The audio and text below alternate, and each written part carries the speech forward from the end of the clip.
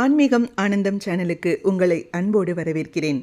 கோவையில் வாசவி கன்னிகா பரமேஸ்வரி அம்மன் ஆலய கும்பாபிஷேகம் முடிந்து 108 நாட்கள் ஆனதையொட்டி சிறப்பான அபிஷேகம், அலங்காரம் அனைத்தும் ஏற்பாடு செய்யப்பட்டிருந்தது.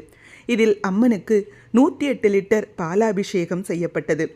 இந்த சிறப்பான நாளில் தத்துவமசி சத்சங்கத்தின் சார்பில் தத்துவமசி ஃபவுண்டர் திருமதி ஜோதிராஜ் அவர்களின் தலைமையில் அம்பாளின் மகிமையை உணர்த்தும் தேவி மகாத்மியம் பாராயணம் அருமையாக செய்யப்பட்டது. அபிஷேகம், அலங்காரம், பாராயணம் என்று அம்மனின் தெய்வீக மனம் முழுவதும் நிரம்பியிருந்தது. இந்த பாராயணம் முடிந்த பின் அனைவருக்கும் அறுசுவை விருந்தும் பரிமாறப்பட்டது. அம்மனுக்கு நடைபெற்ற அபிஷேகம், அலங்காரம், ஆராதனை, பாராயணம் இவை அனைத்தையும் இந்த பதிவில் நாமும் கண்டு ரசிக்கலாம். कुसुमपुत्री च धीमहि तन्नो कन्यका प्रचोदयात्। ॐ वासवी च विद्महे कुसुमपुत्री च धीमहि तन्नो कन्यका प्रचोदयात्।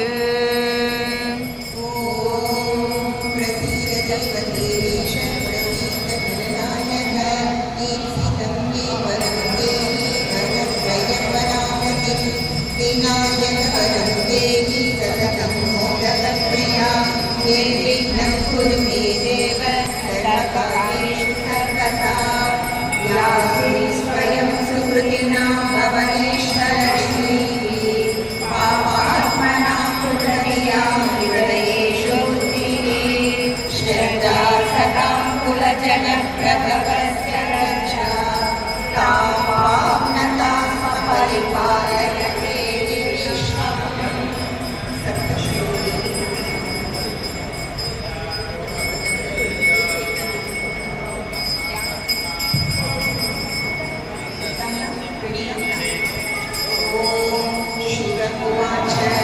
देवी त्वं भक्तसुलभे सर्वकार्यविधायिनी अलौकिकाय सिद्ध्यर्थम् उपायं ब्रूहि यत्नतः।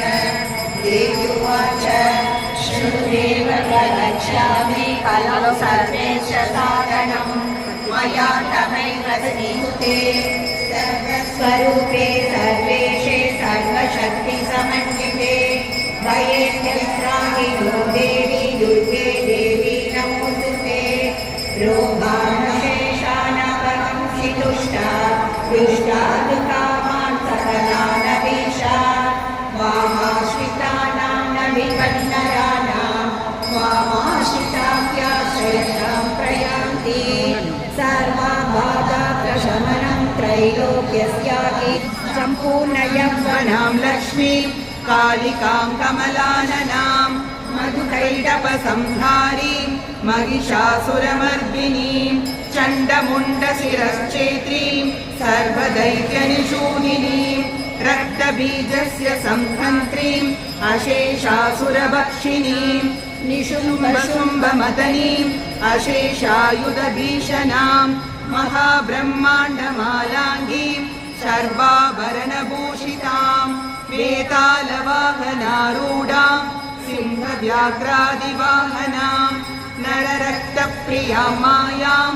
मधुमांसोपहारिणीं यैदं शृणुयान्नित्यं त्रिसन्ध्यं यः पठेन्नरः ऋणकोट्यपहरणं रोगदारिद्र्यनाशनं सर्वसिद्धिकरं पुण्यं सर्वकामफलप्रदं भक्तानन्दकरीं देवीं परब्रह्मस्वरूपिणीं तामश्चादशसेजस्तां त्रिपुरामतिदेवतां वन्दे विश्वेश्वरीं देवीं भुक्तिमुक्तिफलप्रदाम्।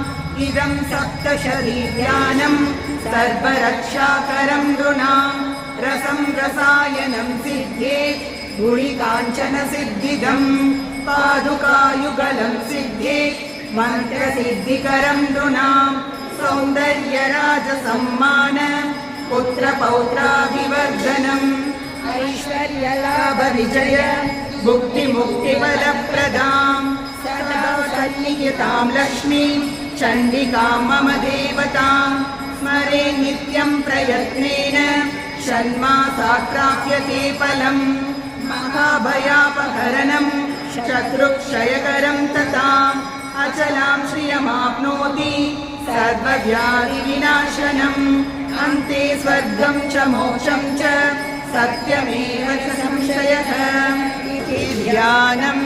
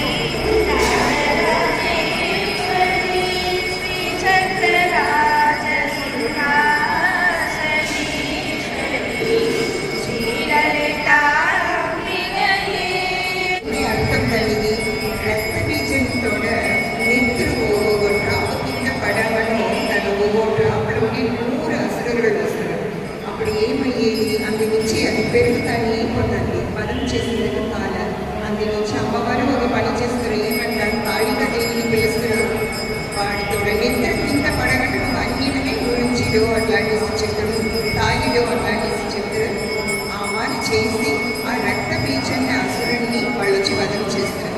ఇది ఎందుకు ఇది చెప్పింది అంటే ఎంతమంది కావాల క్యాన్సర్ అదంతా ఉంది అక్కిరికి ఇది వరము చెప్తారు. ఆ మాదిరి నేను ఏడుగా ఉన్నాను. ఈ 8వ అధ్యాయం శ్రీదేవి మాహాత్మ్యం దాంట్లో ఉండి ఈ శ్లోకాలను మనం జపం చేస్తానే ఉండడం వాళ్ళతో నొప్పి తక్కువ ఉండదు. ఇది వచ్చి కనుగూడిగా చూసి చెప్పింది ఇదంతా మహాపెరియవా ఇది చెప్పింది అందు నుంచి ఇప్పుడు ఈ ఒక దశకం ఈ ఒక అధ్యాయం మనం చెప్తామని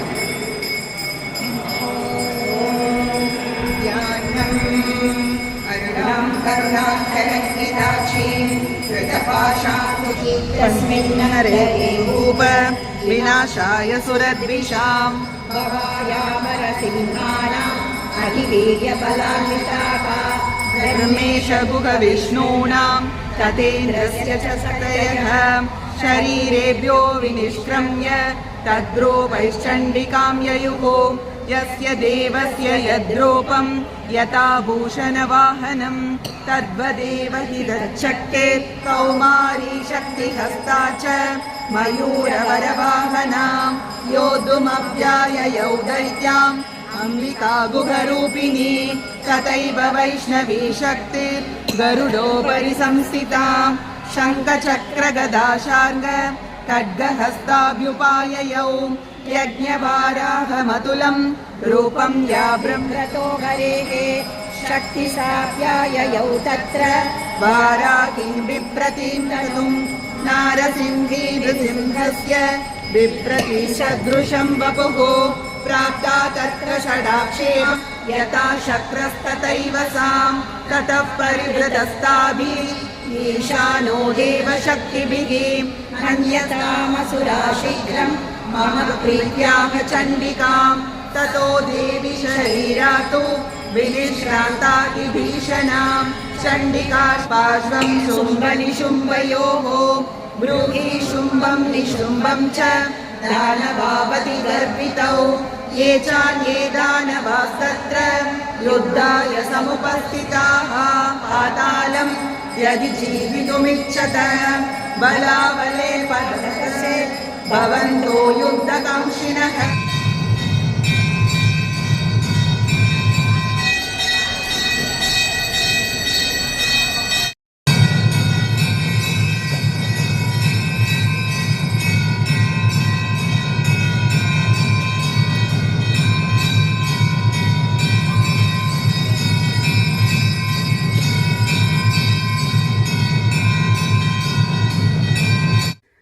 வாசவி அம்மனின் அபிஷேகம், அலங்காரம், ஆராதனை, பாராயணம் அனைத்தையும் இந்த பதிவில் கண்டு ரசித்தோம்.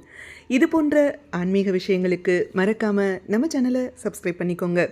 நல்லதே நடக்கட்டும், நன்மையே பிறக்கட்டும். நன்றி, வணக்கம்.